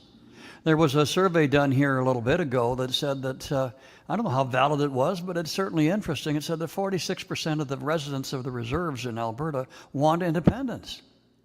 They're on the train. They want to become independent and apart from Ottawa, the same as we do. I've talked to individuals who say that our goals are the same goals that they have. Freedom of choice, free will, the right to live the way they want to live and do the things they need to do in order to support themselves and their families. So it's like, do we really think that when Mark Carney talks about what we want, that he's accurate? So why would we think that the chief talking about what his band members want is any more accurate? You have to talk to the people, not to the leaders. The leaders have a vested interest. They get a boatload of money to do the things that they do. And they're worried that that money train may stop. Yeah. What the CBC, they get 1.5% of the listeners. That's a big number. That's a big number. Again, in the comments, there's a little confusion. I have a comment here that says, Alberta needs to leave with consent and negotiate with consent first. I reject that as well. In no world, in no universe, do the people that wish to self-determine have to beg for the ability to do so from those that govern them. That's not the case at all. And history has shown us that that's not the case. I think he's talking here about First Nations consent. No, that is not required. Consultation is not consent. Just because I have to talk to you about something does not mean I need your permission. And when the treaties were signed, the agreement was, you have your nation, we have our nation, you manage your nation, we manage our nation. Right in the treaties, it actually says that you're not to interfere with the settlement and development. And you're not to, the word was molest, it's a different time, different English, the settlers. Don't mess with our people, and we won't mess with you, was kind of the agreement. And it was a good agreement. And so now the idea that, we have First Nations leaders that say, oh, we're going to block infrastructure, we're going to block highways, we're going to do these things. No, that's violating your own treaties. We don't need the consent to do that, any more than consent was required to transfer jurisdictional control of land and resources or create Alberta or any of those things, because these are the matters of the Crown and Canada, period. It's not a matter of the First Nations. Yes, we want to make sure that what we're doing provides a clear path to continuing to honor the treaties, of course, but that doesn't mean that it ends democracy. And that's a big mistake to confuse consent with consultation. Good one.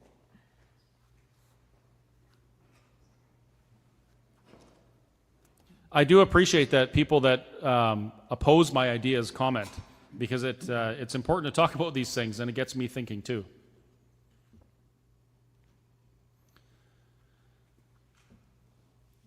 Oh, okay. Well, the comment section is very spicy today. But it's actually not people getting spicy with me, it's getting spicy with each other. It is. Like, this is an emotional thing, right? The biggest obstacle to the conversation around Alberta sovereignty is emotions. And I understand, because I love this country. I certainly appreciate that I live here and I have the blessing and the opportunity to be able to go and share my opinions in this way, free of persecution, even if my opinions are so spicy as saying that I want Alberta to self-determine. That's a huge blessing. When I came to the conclusion that Alberta independence was necessary and inevitable, that was also a sad day for me, because I had to admit to myself that the Canada that I knew when I was a boy, just starting elementary school in the mid-'80s, on the heel of the repatriation of the Constitution, that Canada didn't exist anymore. The Canada that I believed I lived in, where we were free and always would be because of the sacrifice our veterans made, and we had the Constitution and the Charter rights to protect us always from people and from government, that Canada didn't exist anymore. And part of that was when I was laying in a jail cell because I held a protest on my own property, peacefully. So I've realized that the Canada that I believed existed isn't the case anymore. And that's like, that's an emotional thing. And it's a tough pill to swallow. And some people just can't. And I get it. But it doesn't change the facts. And facts really don't care about our feelings, do they? So while the conversations can get emotional, it doesn't mean we shouldn't have them.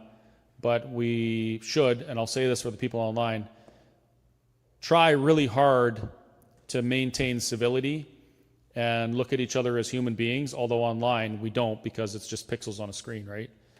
But at the end of the day, I believe we all want very similar things. We want to have a good future for us. We want the ability to prosper. We want to make sure our children's future are secure, and we want to enjoy our life. That's common to both sides of this conversation. So if we find ourselves, and again, this is to the people online, in a situation where we're getting heated and starting to dehumanize each other within the conversation, it's time to stop. Circle back later and try again. Or maybe send someone else to have the conversation. Because we certainly don't want to devolve into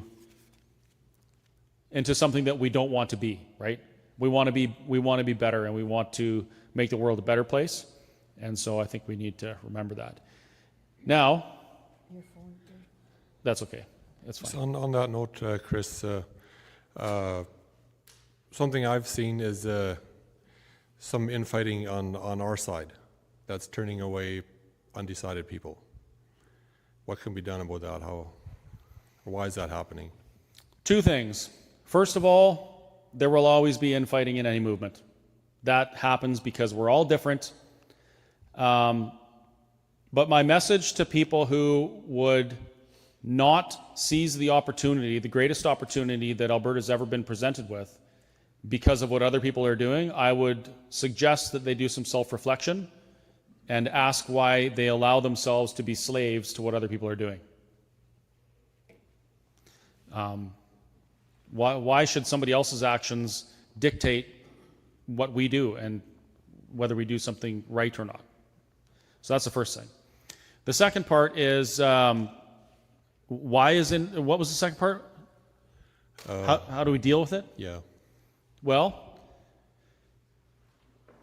the best we can. I don't know how to answer that. It's always going to happen.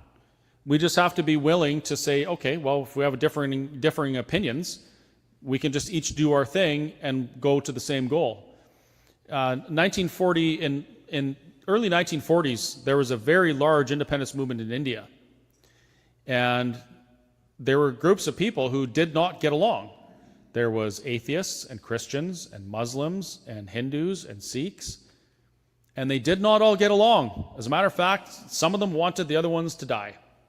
And yet, they had a common goal.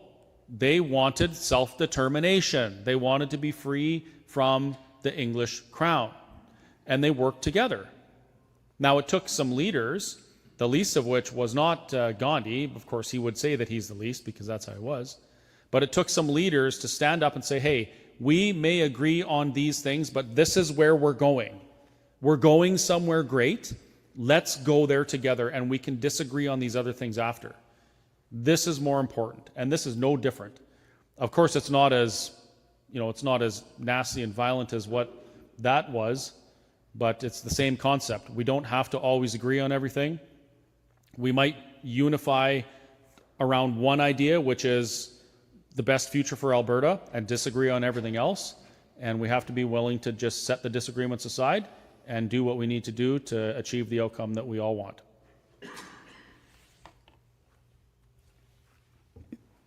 When Canada became independent from Great Britain, it was a letter. Okay? Yeah, we'll help you out, but we'll help you out 3 days after you declared war because we are an independent country now. We became independent from Great Britain with a letter. Yeah, the V&A Act was there, but all it took was a notification that, yeah, we're our own country now. So let's send Ottawa a letter. Just tell them that we're done. We're independent now. Let's first get a positive result in the referendum, which you're going to do, and then we'll send them a letter saying, we're done. Thanks very much. It's been pleasant. We don't need any alimony or anything like that. You do your thing, we'll do ours. Send them a letter. I really hope that Alberta can be a lot more independent from Canada than what Canada is independent from England. Good call. Good call. I just have to tell a little story about that. When I was principal down in Mexico, you're dealing with the country that had to win their independence through a massive wars. More than once. And we were celebrating our Veterans Day because you carry on the same stuff there. And it was hilarious dealing with the band leader of the school, because he said to me first, Joanne, I need to have your national anthem. And so I passed the O Canada to him. And he came back to me the next day and he said, no, Joanne. He thought it was a language problem. I need your national anthem, you know, the one. And I said, but that is our national anthem. He says, no, that's a prayer. And what's really interesting is that's what an anthem is. But he just couldn't understand that. And when it was hilarious dealing with somebody who felt that you had to have papa in order to celebrate your freedom, your country. It was funny. When Mexico finally won their last war of independence, they put out a notice they wanted somebody to write their national anthem, and it was a contest. And the fellow that won it wrote an anthem that consisted of everything from shooting everybody else to guns to artillery, you name it. It's a very violent national anthem. And he won the competition. That became Mexico's national anthem. He won quite a large cash prize and probably moved to the U.S. And they didn't believe how we got ours. They had no idea that you could get your independence from another nation by writing a letter. No, you couldn't have just written a letter, Joanne. Yeah, we wrote a letter. I think it's time to do it again. Oh, there's another question. Good. Yeah, I'm just curious about the First Nation people. Have you ever been able to go to their reserves and talk to them? No, but we would like to. The issue is there's some very difficult gatekeepers on reserves. We haven't specifically reached out to anybody in particular yet, although we want to. There have been many other groups who have reached out to try and even include First Nations leaders in some things like this, and they're not coming. But what we are seeing is First Nations people attending and sharing their stories. So that's a good thing. But yeah, there's a lot of work to do there. But you also have to remember, at the end of the day, I don't look at First Nations people as any different than you folks. They're Albertans. They get a vote. They have a choice.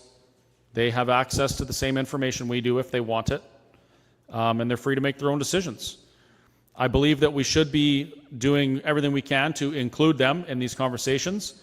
But if they don't want to participate, then that's their choice. And they have their one vote, and I would hope that they would use it when it's required. So how can we show them trust in the system?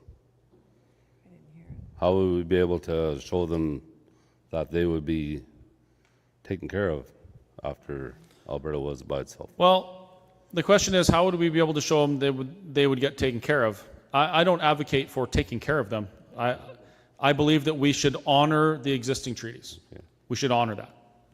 I believe that they should take care of themselves. They're human beings, and that's it. The concept that they are perpetual wards of Ottawa has been a huge disservice. Terrible. And I don't know. And by the way, folks, this isn't easy for me as a white dude sitting up here talking about these things, because I'm talking about this from the outside looking in. I look at the conditions that our brothers and sisters live under, and it breaks my heart. I don't like that they're in that situation. And I'm told often that I have no standing to talk about it because I'm not the same color, don't have the same ancestry. But as far as I last checked, I think we're both human beings. I know something needs to change.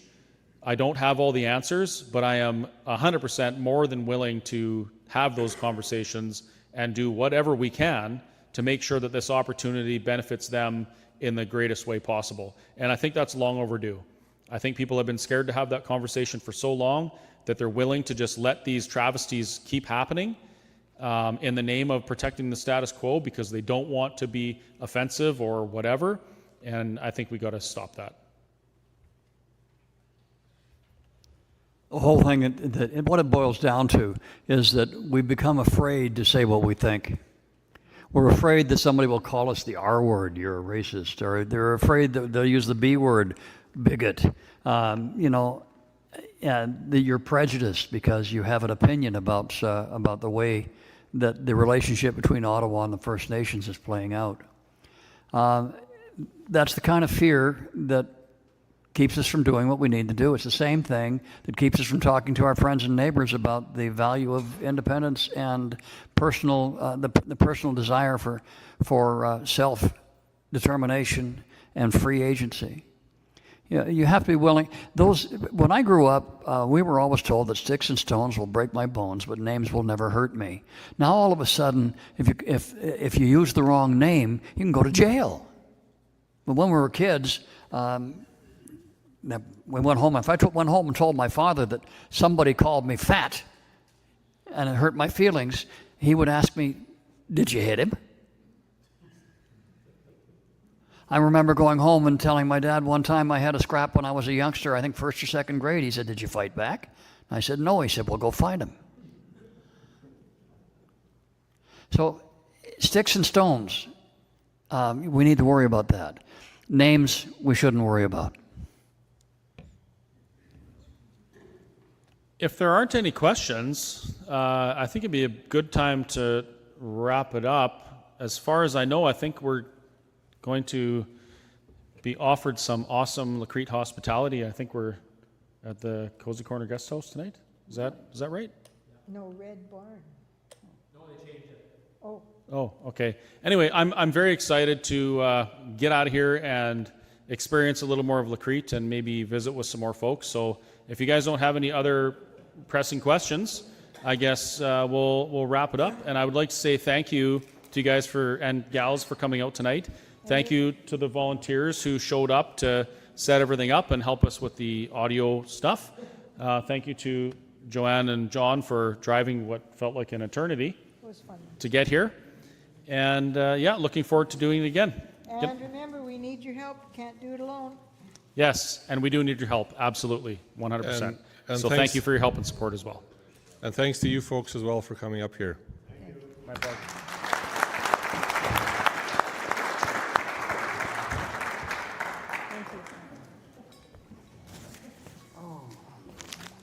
I know.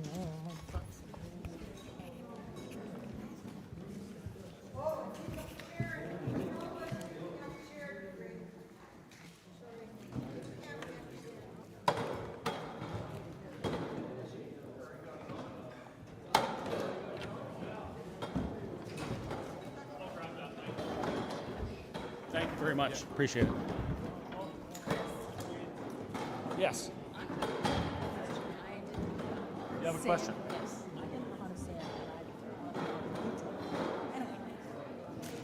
I just gotta go that way. I gotta turn the microphones off.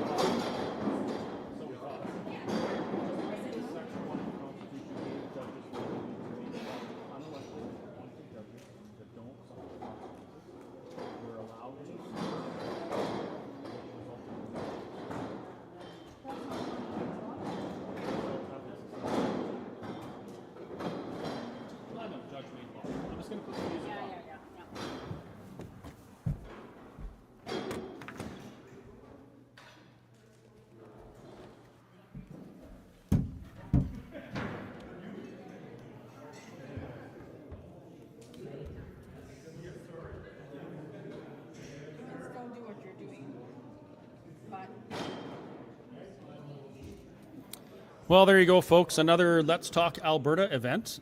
This time we were in Crête, Alberta, which is like almost all the way north. I think we're only 2.5 or 3 hours from the Northwest Territories border. So we're way up there.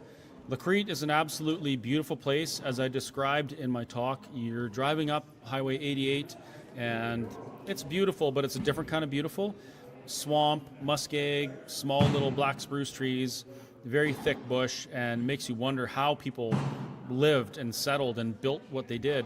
And then you come around the corner into Crête and it opens up in this beautiful farmland, manicured yards, and this bustling city of Crête. It's just a fantastic place, and they have everything up here. They have a community. The community relies on each other, and they play together and pray together and eat together and work together and all those things, and they just do what they need to do to build a future for themselves and their family. It's an incredible place, and I highly recommend, if you want to see a part of Alberta, get up to Crête. You can even fly up here. There's a couple airlines that have charter flights, but the drive, it's long, but it is worth it, and plenty of places to stay and fish and hunt and do all those things. Great part of Alberta to enjoy. Thank you very much for watching and sticking with us again for this live stream. Like we said lots of times before, and we'll say again, we can only do it with your support, so we certainly appreciate that. We put out a call to action yesterday to ask people to help support this tour, because the crowds are a little bit smaller and there's a lot of miles to put on, and you guys really stepped up and you helped out, and we really appreciate that. It's very motivating, and it just makes us want to continue to do more. So thank you for being part of this, and thank you for talking, Alberta. See you tomorrow.